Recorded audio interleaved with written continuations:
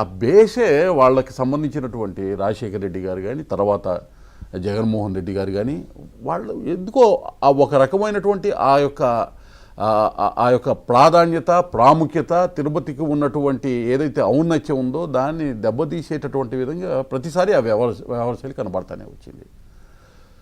స్పష్టంగా నాస్తికుడు అనేటటువంటిది క్రిస్టియన్ ఆచార సాంప్రదాయాలతోటి వివాహాలు చేసుకునేటటువంటి వ్యక్తిని చైర్మన్గా పెట్టకూడదంటే పెట్టారు. తండ్రి పెట్టాడు, కొడుకు పెట్టారు. రాజశేఖర రెడ్డి గారి హయాంలోనూ మోహన కరుణాకర్ రెడ్డి అయ్యాడు. సరే, వైవి సుబ్బారెడ్డి గారికి సంబంధించి ఒక వ్యక్తికి అక్కడ జరిగినటువంటి దానిలో ఆయన చైర్మన్గా ఉన్నప్పుడు ఆయన మంచోడా చెడ్డోడా అనేటటువంటి సర్టిఫికేట్ ఇవాళ మనం ఇవ్వలేము. అక్కడ బాధ్యత వహించాల్సిందే. అక్కడ జరిగినటువంటి అంశం నిజమైతే దానికి ఆయన బాధ్యుడే అవుతాడు. స్పష్టంగా ఆధారాలు కనబడతా ఉన్నాయి ఏం జరిగిందనేది. రెండవది, తిరుపతి లడ్డు నాణ్యతను ఒకసారి అప్పటికి ఇప్పటికి అది క్లియర్ అండి. మరి అసలు ఇప్పుడు లడ్డు అంటే నేను చెప్తున్నా కదా, నా పరంగా చెప్తున్నా, వ్యక్తిగతంగా అందరూ అలా ఉండాలని అనుకుంటారో లేదో నాకు తెలియదు. ఇప్పుడు ప్రసాదం లడ్డు కనుక ఓపెన్ చేస్తే అమృతంలాగా ఉంటుంది. మళ్ళీ పాత రోజులు నెయ్యి ఆ ధరకి వస్తుందా? Is it possible? ఇటువంటి ప్రశ్నలు చూసినప్పుడు అక్కడ ఏం జరిగింది, తప్పు జరిగిందా లేదని ప్రాథమికంగా ఒక నిర్ధారణకు రావచ్చు. అలాగే మోటివ్స్, వాళ్ళ ముందు నుంచి ప్రాథమికంగా వాళ్ళకి సంబంధించిన మోటివ్స్ ఏ విధంగా ఉన్నాయి అనేటటువంటి అంశాన్ని ఎప్పటికప్పుడు అక్కడ ఉండేటటువంటి ఆచార సాంప్రదాయాల ప్రకారం డిక్లరేషన్ ఇవ్వాలంటే ఇవ్వకుండా వైలేషన్ చేసేటటువంటి విధానం, చెప్పులు వేసుకొని తిరగకూడని చోట తిరిగేటటువంటి ప్రయత్నాలు చేయటము, ఇటువంటి అంశాలన్నీ కూడా వందల మందితోటి స్లోగన్స్ ఇస్తా దేవాలయంలోకి వెళ్ళటము, ఇవన్నీ కూడా చూసాం మనము.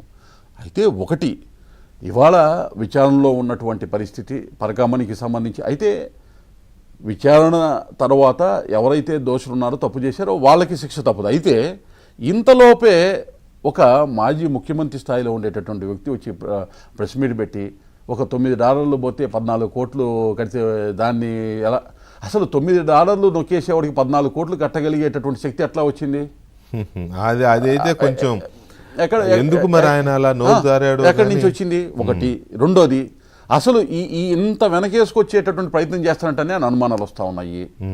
అత్యంత కీలకంగా ఎవిడెన్స్గా ఉన్నటువంటి సురేష్ అనేటటువంటి పోలీస్ అధికారి, ఆయన మరణం కూడా అనుమానాస్పదంగా ఉండటము, దానికి సంబంధించినటువంటి అంశాలు, ఇవన్నీ కూడా ఒకసారి చూసినట్లయితే స్పష్టంగా దీనికి సంబంధించినటువంటి అంశంలో వాస్తవాలు బయటికి రావటము, ప్రపంచవ్యాప్తంగా ఉన్నటువంటి వెంకటేశ్వర స్వామిని ఇష్టదైవంగా కొలిచేటటువంటి ప్రతి ఒక్కరూ కూడా ఈ అంశంలో జగన్మోహన్ రెడ్డి గారు మాట్లాడుతున్నటువంటి మాటలు కానీ గతంలో వాళ్ళు చేసినటువంటి వ్యవహారాలు కానీ ప్రతి ఒక్కరూ కూడా ఇటువంటి రకమైనటువంటి వ్యక్తులని ఊహించుకోలేకపోతా ఉన్నారు. ఈ విధంగా మాట్లాడతారా ఇంత బాధ్యతాయుతమైనటువంటి స్థానాల్లో పదవులు చేసినటువంటి వ్యక్తులు అనేటటువంటి ఒక ఆందోళనకరమైనటువంటి పరిస్థితుల్లోనే భక్తులు ఉన్నాడు. సో ఇది కేంద్ర ప్రభుత్వం దీని మీద ఆలోచన అయితే ఉందా? అసలు దీన్ని రాష్ట్ర ప్రభుత్వం చేసేదానికి సహకరిస్తుంది? 100% డబుల్ ఇంజన్ సర్కారు. ఇక్కడ కేంద్రము రాష్ట్రము రెండు కూడా సమన్వయంతో అలయన్స్తో నడుస్తున్నటువంటి ప్రభుత్వాలు. ఇక్కడ చేసేటటువంటి ప్రతి పనికి ఏదైతే ఉందో విచారణకి సంబంధించి తిరుమల తిరుపతి దేవస్థానాన్ని ఔన్నత్యాన్ని కాపాడేదానికి సంబంధించి తప్పనిసరిగా ప్రతి అంశంలో కేంద్ర ప్రభుత్వము బాధ్యతగానే ఉంటుంది.